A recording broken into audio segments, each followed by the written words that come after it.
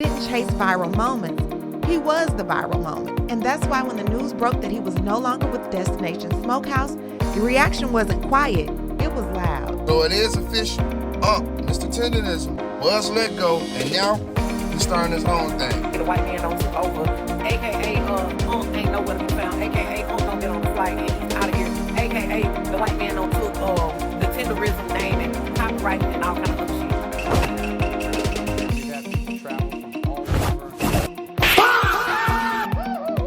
Not only is Unc no longer with the very business he helped to turn into a full-blown phenomenon, but the man who owns Destination Smokehouse, Mr. Nick, went and filed the trademark for Tendernism. Yes, the very term Unc coined. As I told you in my previous video, attorney Ken Harris was the first person to apply for the trademark for the word Tendernism. Now, he filed his trademark November 21st, 2025. Now, there's no relation between him and Unc. There's no relation between him and Destination Smokehouse, but he wanted to protect Unc. Now, Unc had faith in this white man. God knows he did. He's not taking advantage of me. We're going to be here until the end. So let's get it right. Just we can't find Tendernism nowhere. Get it right, and you know exactly what I'm talking about. Well, 2 weeks after Ken filed his trademark for Tendernism, Diamond Smokehouse, which is another business that Nick owns, filed theirs as well. Good morning, my name's Nick, and recently there's been a lot of conversations about Destination Smokehouse that don't fully represent our history or what we stand for. Today, I want to speak directly to our supporters about Walter Johnson and his involvement with Destination Smokehouse. Walter was never asked to leave. The application to register the trademark for Tendernism was not filed without his knowledge. Walter was an early source of inspiration for me, and I've always been grateful for that. We've shared so many genuine moments together, talking about barbecue and bonding over the craft that we both love. These moments were filled with camaraderie and mutual respect. Today, I'm proud of Walter for having the courage to go after his own dreams. It takes heart. I respect anyone who chooses to build something of their own, and I wish him nothing but the best. The barbecue community is really small.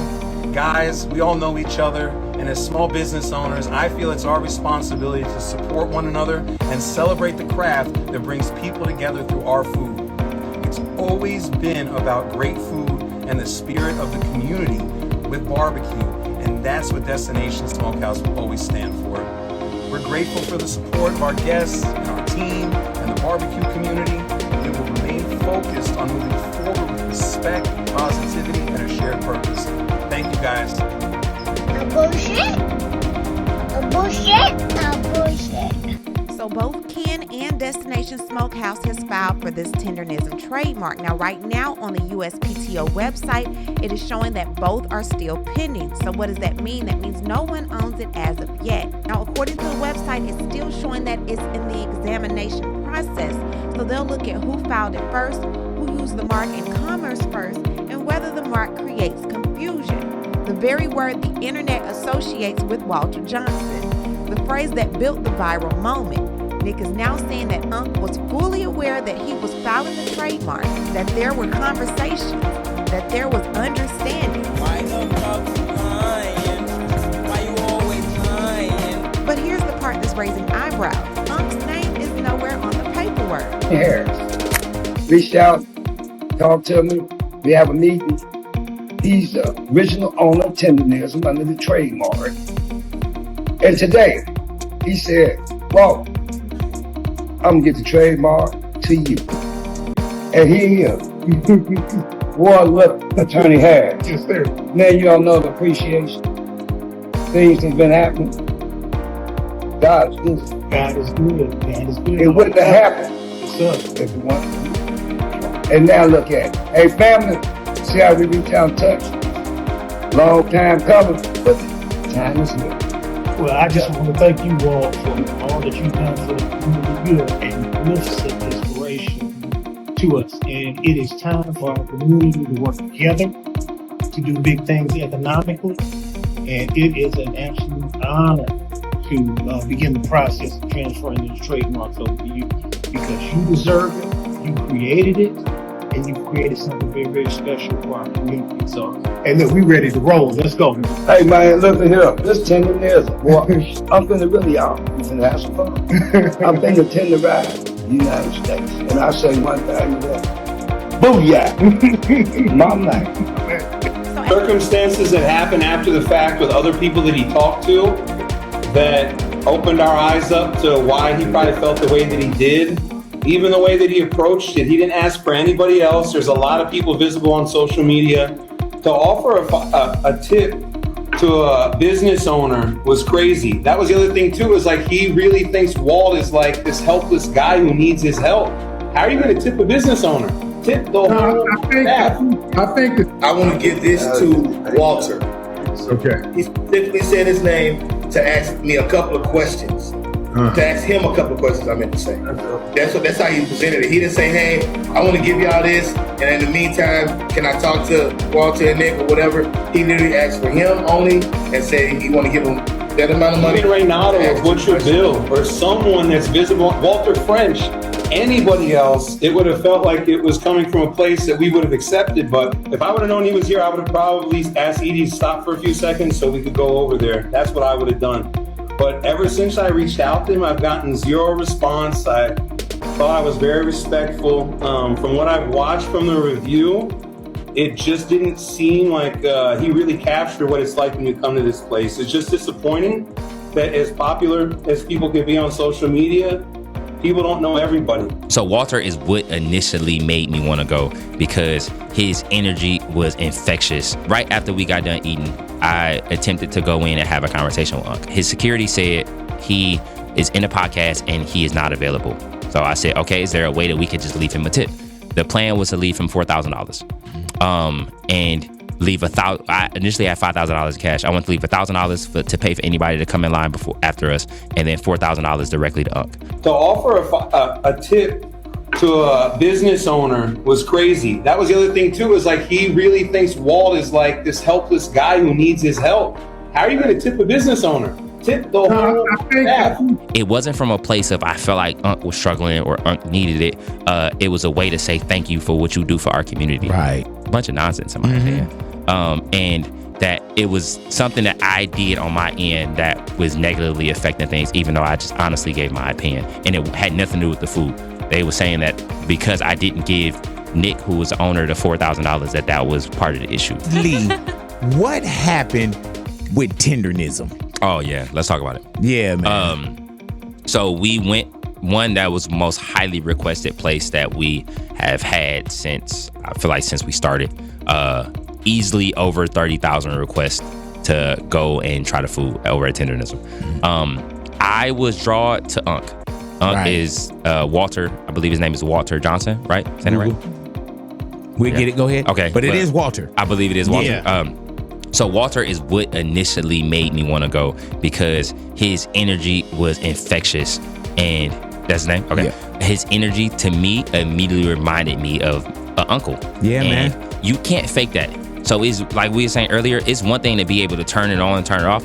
But us, we know what it is and what it ain't. He's like that in the dark, in the light, you camera can tell on, camera it ain't off. nothing that he can put on, right? Mm-hmm. So that initially was what made us want to go. And it was something that we had tried because people don't realize how far that is from damn near anything else unless you want to specifically go there or unless you from there. Dude, we here and it's far from here. That's where we was in LA. Yeah, man. And I'm thinking, oh, if we fly into LA, we gonna be able to get there, and it wouldn't be. It was a 3-hour drive to get over there. And when we got there, we went. I always have my family go in first to get the customer service experience because again, it could be different if I go in. We got the food. The food, in my opinion, was good. Was it amazing? I wouldn't say so. Right. I think there were certain parts of it that were amazing. Like the oxtails were incredible. Some of the best oxtails I've ever had in my life. But the beef rib that was infamous for falling off the bone, it was a slice, allegedly, it was a slice in the back to where if you pick it up, the entire thing falls off instead of it just we heard sliced. that too. Yeah, instead of it just coming off. You didn't know that? I thought I heard that from you. I didn't. Yeah, they said it's pre-cut. It was for sure. Sliced. Damn, Lou, I thought I got that The from you. oxtails were as tender as he said. as gotcha. falling You off got the me into slide, tendernism. for sure. Yeah, So I no, I thought didn't- for sure I that did you not knew. know Oh, that. okay. I thought I got that from you. We went, we had the food. Right after we got done eating, I attempted to go in and have a conversation with Unc. Again, we don't call beforehand. We don't set up meetings. We don't set up no times because the same experience that everybody else gets, I want the same experience. So when we went in, I just want to have a conversation with him, which I understand everybody gets busy. Schedules are different, right? So we went in. His security said he is in a podcast and he is not available. So I said, okay, is there a way that we could just leave him a tip? The plan was to leave him $4,000, and leave $1,000. I initially had $5,000 cash. I want to leave $1,000 to pay for anybody to come in line after us, and then $4,000 directly to Unc. And it wasn't from a place of I felt like Unc was struggling or Unc needed it. It was a way to say thank you for what you do for our community. Right. We know what that is. We know how important it is to have strong Black old men that are positive role models in the community and that bring laughter and bring joy and bring energy to us, because it's not a lot of times where we have that representation for older Black men. Right. And I think it's getting less and less the more we get in media. I haven't seen a lot of old Black men with gray beards that are fun and can joke with a bunch of different cultures and bring cultures together. So that's why I wanted to leave him the money. To pause real quick, I'm glad that Keith is making that very clear distinction. He set it up like we came there specifically for Unc. The food was a bonus, the test to see how the food tastes, but we came there specifically for Unc and to praise him. So all the other shit you talking about, man, get the fuck out of my face. Get the fuck out of my face. We ain't here to see you, Otis, literally, bruh. And the way that dude framed it and was trying to brainwash Walt at the same damn time when he did the interview with Willie D, it was crazy. We'll come back to that in a few, but let's continue listening to Keith talk, man. Security pretty much told us it was over with. It was done for the day. It was no way that we was going to be able to have a conversation with him. So we ended up leaving. We ended up passing that entire $4,000 out to the community. We stood in front of Destination Smokehouse. We met a lady who was driving. She was riding a bike and she had a stroller attached to her bike. And she said that she was taking her niece to school back and forth. So we left her $1,000. It was a lady who had just lost her dad that cried the second she saw us. We left her $1,000. We met a lady who was a cheesecake. She made cheesecake like a bakery owner, and she was making cheesecakes by hand and packing them. And she was there the entire time we was there for 3 or 4 hours. We left her $1,000, and we met another lady who also we had a full conversation with. Left her $1,000, and then we left.